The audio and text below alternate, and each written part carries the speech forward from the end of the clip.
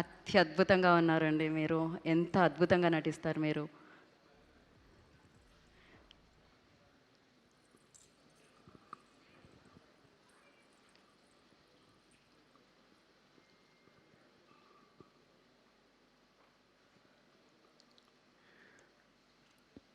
యదా యదా హి ధర్మస్య గ్లానిర్భవతి భారత అభ్యుత్థానమధర్మస్య తదాత్మానం సృజామ్యహం పరిత్రాణాయ సాధూనాం వినాశాయ చ దుష్కృతాం ధర్మ సంస్థాపనార్థాయ సంభవామి యుగే యుగే.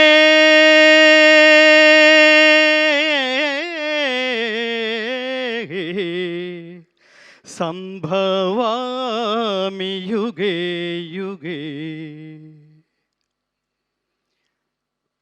ఏ కాలమున ధర్మమునకు హాని కలుగునో అధర్మము వృద్ధి నొందునో ఆయా సమయముల యందు దుష్ట శిక్షణ శిష్ట రక్షణ ధర్మ సంరక్షణముల కొరకు ప్రతి యుగమున అవతారము దాల్చుచుందును. ఇది శ్రీకృష్ణ పరమాత్మ అవతార పరమార్థం. పరమాత్ముడు ఏది ఆచరిస్తాడో అదే ప్రపంచానికి చెప్తాడు. భగవద్గీత ద్వారా ప్రపంచం తెలుసుకోవాల్సింది ఏమిటంటే, ఏది మాట్లాడతావో అది ఆచరించాలి, ఏది అనుకుంటావో అది మాట్లాడాలి, ఏది మాట్లాడతావో అది ఆచరించగలగాలి, అది ధర్మబద్ధమైంది అయి ఉండాలి.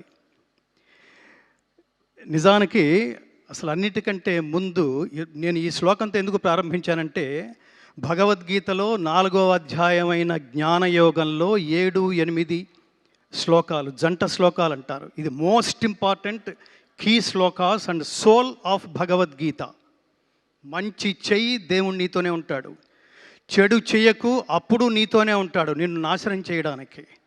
ఇక్కడ దేవుడు ప్రత్యక్షమయ్యాడంటే దానికి 2 కారణాలు ఉంటాయి మిత్రులారా.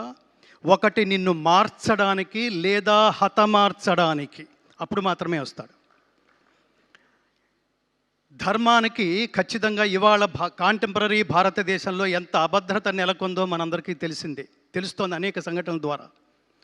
అలాంటి సమయంలో ఖచ్చితంగా సినిమా అనే ఒక 11వ అవతారం ద్వారా మాత్రమే ప్రపంచాన్ని మార్చడానికి పరమాత్మ ఖచ్చితంగా 3 ఎంచుకున్నాడు మిత్రులారా. 3 ఎంచుకున్నాడు. ఇది ప్లాన్, ఇందాక మిత్రుడు ఎవరో అన్నారు, ఇది ప్లాన్ చేస్తే, మనం లౌకికంగా ప్లాన్ చేస్తే డబ్బు వస్తుంది లేదా ఫలితం వస్తుంది.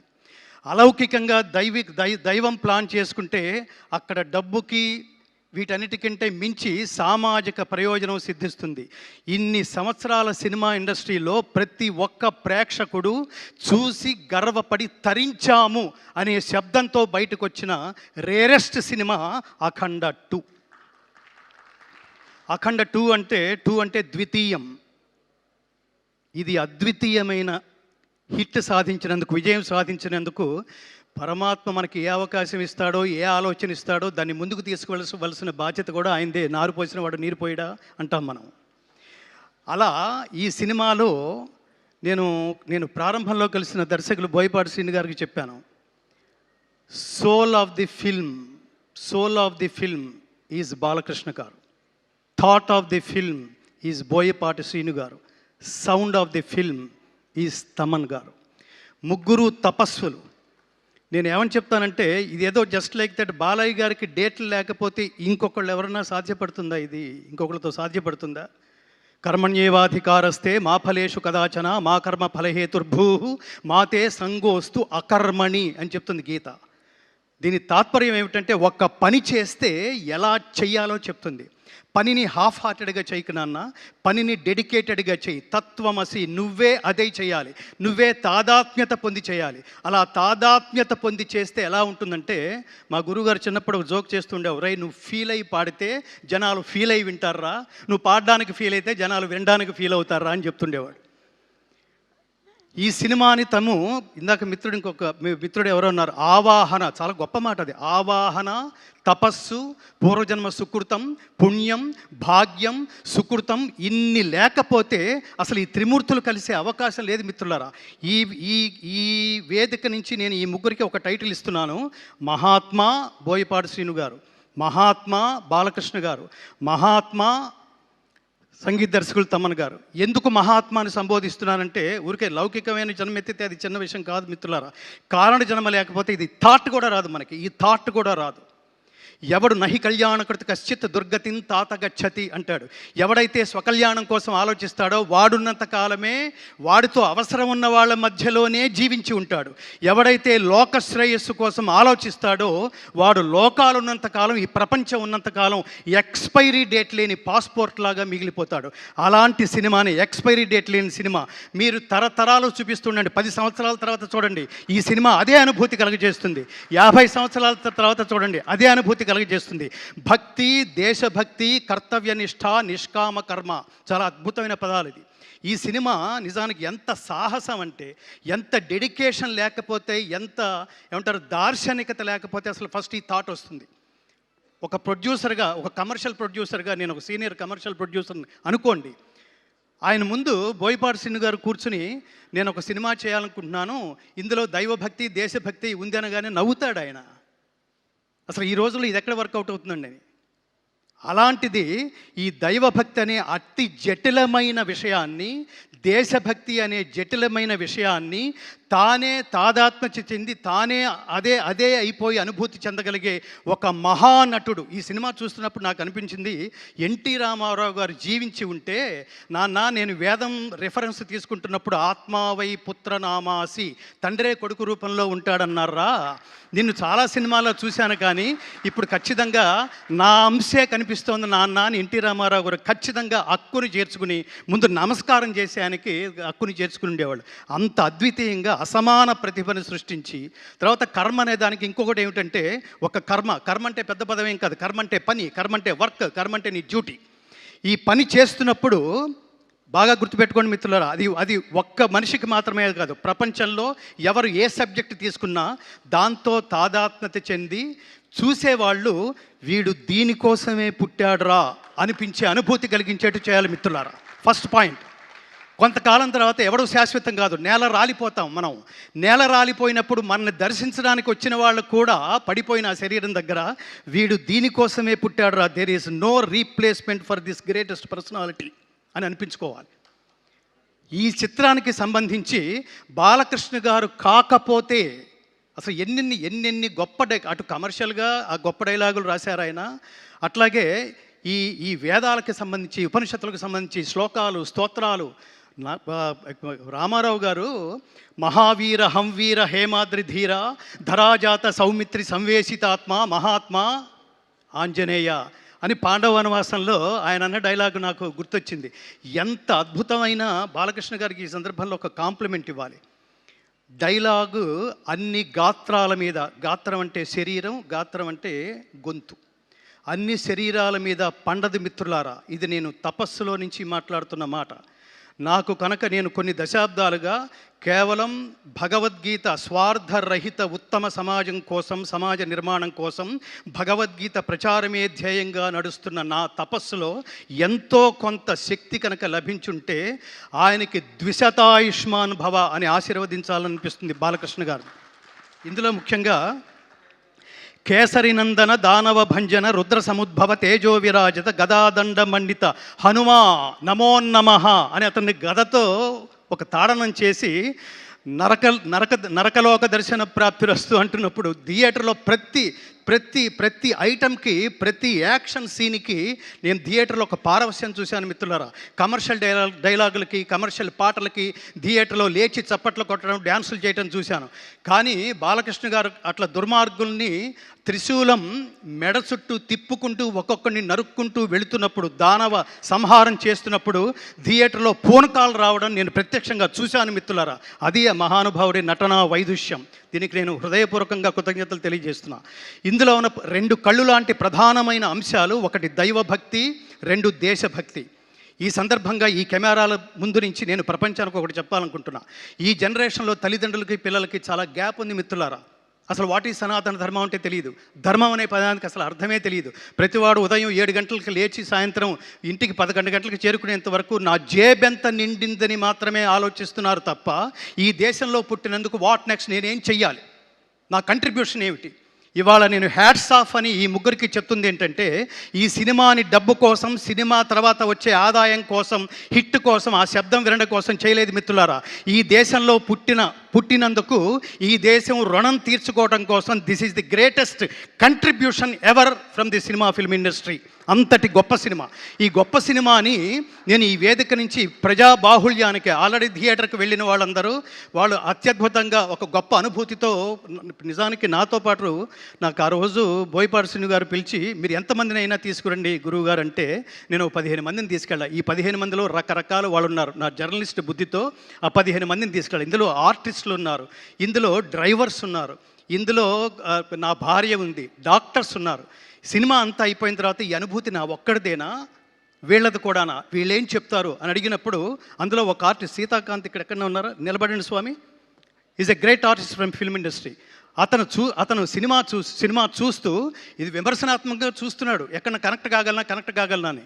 సినిమా మొత్తం మీద కొన్ని 100 సార్లు లేచి నేను ఒక్కడిని చప్పట్లు కొడితే బాగుండదేమో అనుకోవట్లేదు. అతను కొన్ని 100 సార్లు చప్పట్లు కొడుతూనే ఉన్నాడు. ఎమోషన్ అది. అలాగే డాక్టర్, మీరు ముందుకు రండి స్వామి, మిమ్మల్ని కూడా పరిచయం చేయాలి. ఆయన కామినేని హాస్పిటల్స్లో very senior most doctor. Corona టైంలో కొన్ని వేల మందికి ఉచితంగా వైద్య సేవలు అందించిన మహానుభావుడు ఆయన సినిమా అంతా అయిపోయిన తర్వాత డాక్టర్ గారు మీకు ఎలా ఉంది, ఎలా ఫీల్ అయ్యారు అంటే ఆయన ఏమన్నాడంటే, నేను చాలా ఫీల్ అయ్యాను గంగాధర్ శాస్త్రి గారు అన్నాడు. చాలా ఫీల్ అయ్యానంటే ఏం ఫీల్ అయ్యారు అంటే, నేను ఫ్యామిలీతో రానందుకు ఫీల్ అయ్యాను గురువు గారు అని కళ్ళు తుడుచుకుంటున్నాడు ఆయన. దీన్ని బట్టి మనం ప్రపంచం అర్థం చేసుకోవాల్సింది ఏమిటంటే, ఈ డేటింగ్లు రేటింగ్లతో సంబంధం లేకుండా దైవభక్తి కావాలనుకుంటున్నారా, మీలో దైవభక్తిని జాగృతం చేయాలనుకుంటున్నారా, ఈ సినిమా ఖచ్చితంగా చూడండి, మీ స్నేహితులందరికీ చూపించండి. దేశభక్తి అంటే ఏమిటో తెలుసుకోవాలనుకుంటున్నారా, కంట్రిబ్యూషన్ అంటే ఏమిటో తెలుసుకోవాలనుకుంటున్నారా, ఖచ్చితంగా మీరు మీ బిడ్డలతో కలిపి ఈ సినిమా చూడండి. కుటుంబ సమేతంగా చూడవలసిన సినిమా. సనాతన ధర్మం అంటే అర్థం ఏమిటంటే, సనాతనం అంటే నిత్యమైనది, శాశ్వతమైనది అని అర్థం. శాశ్వతమైన నహన్యతే హన్యమానే శరీరే అంటుంది గీత. శాశ్వతమైన ఈ సనాతన ధర్మాన్ని ఎవడు ఏమీ చేయలేడు, ఎవడు దీన్ని నాశనం చేయలేడు. కానీ తగిన సందర్భాల్లో ఈ ధర్మాన్ని కాపాడుకోవడం కోసం పరమాత్మ ఎంచుకున్న వ్యక్తి, వీళ్ళ థాట్స్లోంచి వచ్చింది కాదు, పరమాత్మ ఎంచుకుని ఉండకపోతే ఒక బోయపాటి శ్రీను ఈ వేదిక నుంచి ఇంత గొప్ప సినిమాని ఆవిష్కృతం చేసే అవకాశం లేదు. దీన్ని ఇంత తపస్విగా, అసలు అన్ని శరీరాల మీద నుంచి మనం ఎన్నో సినిమాలు చూసుంటాం, ఎందరో కొన్ని గెటప్స్ వేసుకోవడం కూడా చూసుంటాం. ఒక గెటప్ ఒక గాత్రానికి అమరిందంటే స్వామి, మిమ్మల్ని బాలయ్య గారని ఎవరన్నా అంటే చాలా చిన్న పదంలాగా అనిపిస్తుంది. ఈ సినిమా తర్వాత నుంచి కృష్ణస్వామి అని పిలవండి. కృష్ణ శబ్దం అనేది మంత్రతుల్యమైంది, చాలా పవర్ఫుల్. కృష్ణుడి మంత్రం అనేది, కృష్ణుడి శబ్దం అనేది. బాలకృష్ణ స్వామి ఆయన దీనికోసమే పుట్టారు. ఈ సమయంలో ఎప్పుడు ఏది ఇవ్వాలో, నాకు ఇంగ్లీష్లో ఒక నోషన్ ఉంది, God gives you what you deserve, not what you Dzire. దేవుడు కోరికని బట్టి ఇవ్వడు, అర్హతను బట్టి ఇస్తాడు. ఖచ్చితంగా తమన్ గారికి కానీ, బాలకృష్ణ గారికి కానీ, బోయపాటి శ్రీను గారికి కానీ, ఆ పక్కనే కూర్చున్న మహాత్ముడు దిల్ రాజు గారు, ఇంతమంది సమక్షంలో ఇవాళ అఖండ విజయం సాధించిన ఈ సినిమా మామూలు విజయం కాదు, ఇది అఖండ విజయం, శాశ్వతంగా ఉండిపోతుంది. మీరు లౌకికంగా చప్పట్లు కొట్టి అరిస్తే అది కమర్షియల్ సినిమా అవుతుంది. లోపలే మీరు ఒక తపస్సు, ఒక దైవాన్ని, ఒక దేవుణ్ణి, ఒక దేవాలయానికి వెళ్ళిన అనుభూతి మీరు పొందుతున్నారు అంటే అది కమర్షియాలిటీకి సంబంధించింది కాదు మిత్రులారా. దానికి అవతల ఎక్కడో ఆ హైట్స్లో ఈ సినిమా రీచ్ అయింది. అందుకని ఈ వేదిక నుంచి నేను చేతులు జోడించి నమస్కరిస్తూ, ప్రతి సనాతన ధర్మ బంధువు ఈ దేశంలో, ముఖ్యంగా విహెచ్పి వాళ్ళు కానీ, మీరు భారతీయ జనతా పార్టీ అంటారా వాళ్ళు చూడండి, తెలుగుదేశం పార్టీ అంటారా వాళ్ళు చూడండి, వీటన్నిటికంటే అతీతమైంది విశ్వ హిందూ పరిషత్ వాళ్ళ చూడండి, స్వామీజీలా చూడండి. నేను ముఖ్యంగా కోరుకుంటుంది ఏమిటంటే, అంటే నెక్స్ట్ ఇయర్లో రాబోతున్న కాలంలో అఖండ 2 ద్వారా జాతీయ ఉత్తమ నటుడు అవార్డు బాలకృష్ణ గారు స్వీకరిస్తారని నేను మనస్ఫూర్తిగా కోరుకుంటున్నాను మిత్రులారా. He deserves to take this award. అలాగే ఇంత ఈ సినిమాలో మరొక ప్రత్యేకంగా వాళ్ళిద్దరూ రెండు కళ్ళు లాంటి వాళ్ళు. మూడవ కన్ను ఆత్మ లాంటి వాడు తమన్. మీరు ఒక్కసారి గట్టిగా చప్పట్లు కొట్టండి. ఎందుకంటున్నానంటే సినిమాలో ప్రతి ఆర్టిస్ట్ది ఆ కాస్త భాగమే ఉంటుంది. తర్వాత సీన్లో అతను ఉండొచ్చు, ఉండకపోవచ్చు. కానీ ప్రతి సీన్కి కనెక్ట్ అయ్యే వాళ్ళు ఎవరో తెలుసా అండి? 24 క్రాఫ్ట్స్లో డైరెక్టరు, సంగీత దర్శకుడు. తమన్ గారు ఎంత మీరు తపస్వి. మీరు ఏంటంటే ఇందులో శివుడు లయకారకుడు, మీరు లయకారకుడు, మీరు నిలయ విద్వాంసుడు, లయ విద్వాంసుడు. ఆ రిథమ్స్ కానీ అసలు ఆ సినిమాని, ఆ సీన్స్ని, దాని ఆత్మని ఎలివేట్ చేయడానికి మీరు చేసిన తపస్సుకి మీకంటే నేను పెద్దవాడిని అయినా కూడా మిమ్మల్ని కౌగిలించుకుని చేతులు జోడించి నమస్కరిస్తూ ఆయుష్మాన్ భవ, ఆయుష్మాన్ భవ, ఆయుష్మాన్ భవ. నా ప్రధానమైన కోరిక,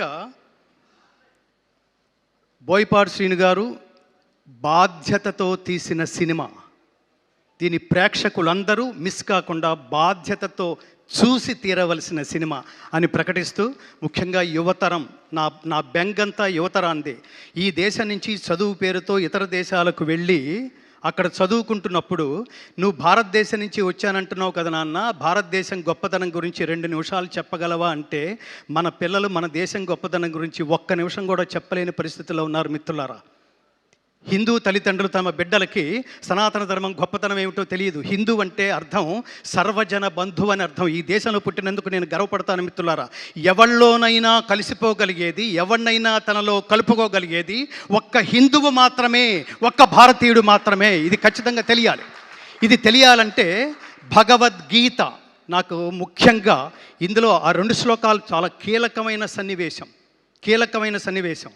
అది నేను చూస్తున్నప్పుడు నేను థ్రిల్ అయ్యి, నేను కొన్ని శతాబ్దాల క్రితం ఈ దేశానికి వచ్చి ఈ దేశాన్ని స్టడీ చేస్తూ వేదాలని, ఉపనిషత్తుల్ని స్టడీ చేస్తున్న వాళ్ళకి, మ్యాక్స్ ముల్లర్ అనే ఆయనకి ఇతర దేశాల నుంచి, బ్రిటిషర్స్ నుంచి ఫోన్ వచ్చి నీ గురించి చాలా వింటున్నాం మేము,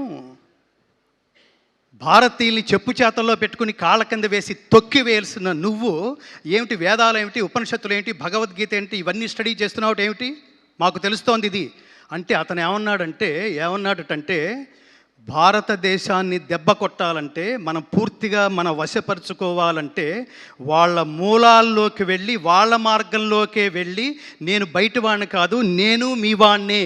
శ్రేయాన్ స్వధర్మో విగుణ పరధర్మాత్ స్వనుష్ఠితాత్ స్వధర్మే నిధనం శ్రేయ పరధర్మో భయావహ. బాలకృష్ణ గారు చివరిలో చెప్పిన మాట ఇదే. స్వధర్మే నిధనం శ్రేయ పరధర్మో భయావహ. ఆకర్షణీయముగా అనుష్ఠింపబడిన పరధర్మము కన్నా గుణము లేనిదైనను స్వధర్మమే మేలు. అట్టి స్వధర్మాచరణమున మరణము సంభవించినను మేలే.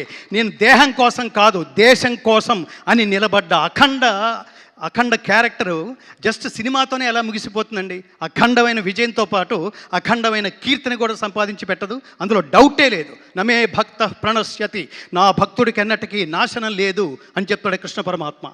అట్లా అతను ఆ మ్యాక్స్ ముల్లర్ అంటున్నప్పుడు ఆ లోతులకు వెళ్ళి నేను స్టడీ చేస్తున్నాను. ఇప్పుడు నేను భారతీయుల్లో కలిసిపోయాను. నేను కూడా సంస్కృతం మాట్లాడడం కారణంగా అందరూ నన్ను తమవాడే అనుకుంటున్నారు. నిదానంగా దాన్ని ఏ టైంలో నరుక్కు రావాలో ఆ టైంలో నరుక్కొస్తానన్నారండి చాలామంది దుర్మార్గులు.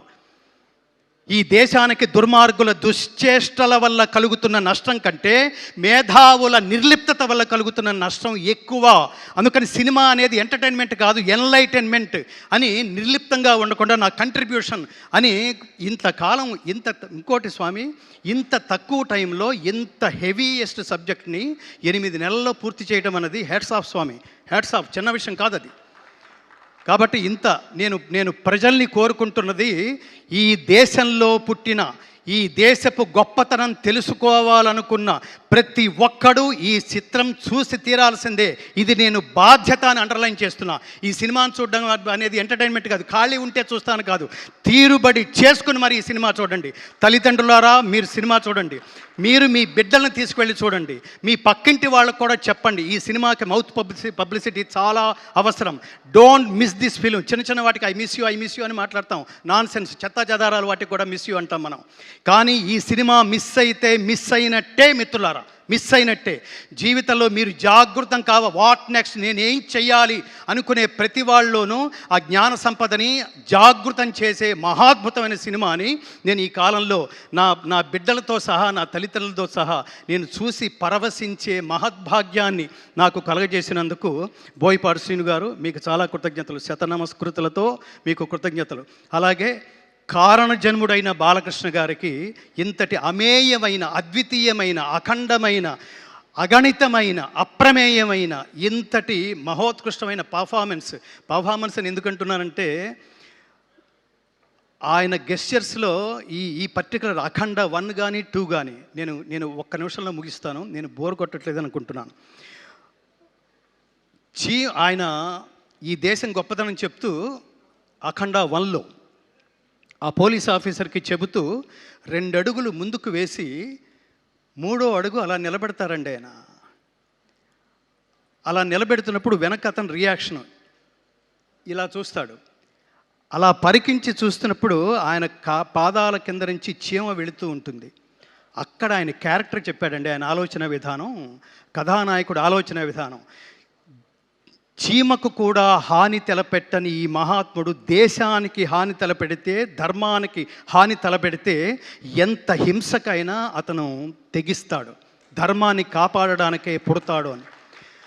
అలా అడుగు అలా పెట్టి చీమ దాటి వెళ్ళిపోయేంత వరకు ఆయన చూసిన లుక్ ఉంది చూడండి.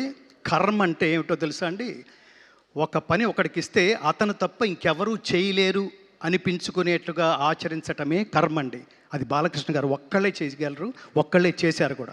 ఇంతటి అమేయమైన ఆనందం ఇచ్చినందుకు మీకు మళ్ళీ ఆ త్రిమూర్తులు ముగ్గురికి, బోయపాటి శ్రీను గారికి, బాలకృష్ణ గారికి, మా ఆత్మీయ స్వర సంచాలకుడు శ్రీ తమన్ గారికి, నందమూరి తమన్ గారికి, నందమూరి శ్రీను గారికి, నందమూరి బాలకృష్ణ గారికి, అలాగే ఇంత సినిమాని భుజం మీద వేసుకుని మంచి సినిమాని ప్రమోట్ చేసే భాగంలో ఆయన కూడా ఆధ్యాత్మికవేత్తే, ఒక అత్యద్భుతమైన వెంకటేశ్వర దేవాలయాన్ని కడుతూ, దిస్ ఈజ్ ది కంట్రిబ్యూషన్.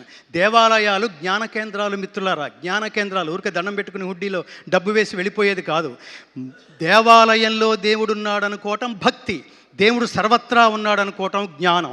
ఈ జ్ఞానం భారతదేశ వ్యాప్తంగా అన్ని భాషల్లోనూ విడుదలై మోడీ గారి దాకా ఒక ప్రవాహంలాగా చేరి ఆయన కూడా చూసి ఈనుడితో ఆయనంతటా ఆయన ఫోటోలు దిగే పరిస్థితి అతి త్వరలో రాబోతుందని కూడా నేను విన్నాను. జై శ్రీకృష్ణ, సర్వే జనా సుఖినో భవంతు. థ్యాంక్ యూ గంగాధర్ శాస్త్రి గారు, థ్యాంక్ యూ సో మచ్. మీరు మాట్లాడుతుంటే అత్యద్భుతంగా అనిపిస్తుంది, ఆయన పేరులో ఉన్న గంగలాగే ఉప్పొంగుతూ ఉంటుందన్నమాట. So thank you so much. And నా I request public response video మనం చూసేద్దామండి. Play the video on the screen.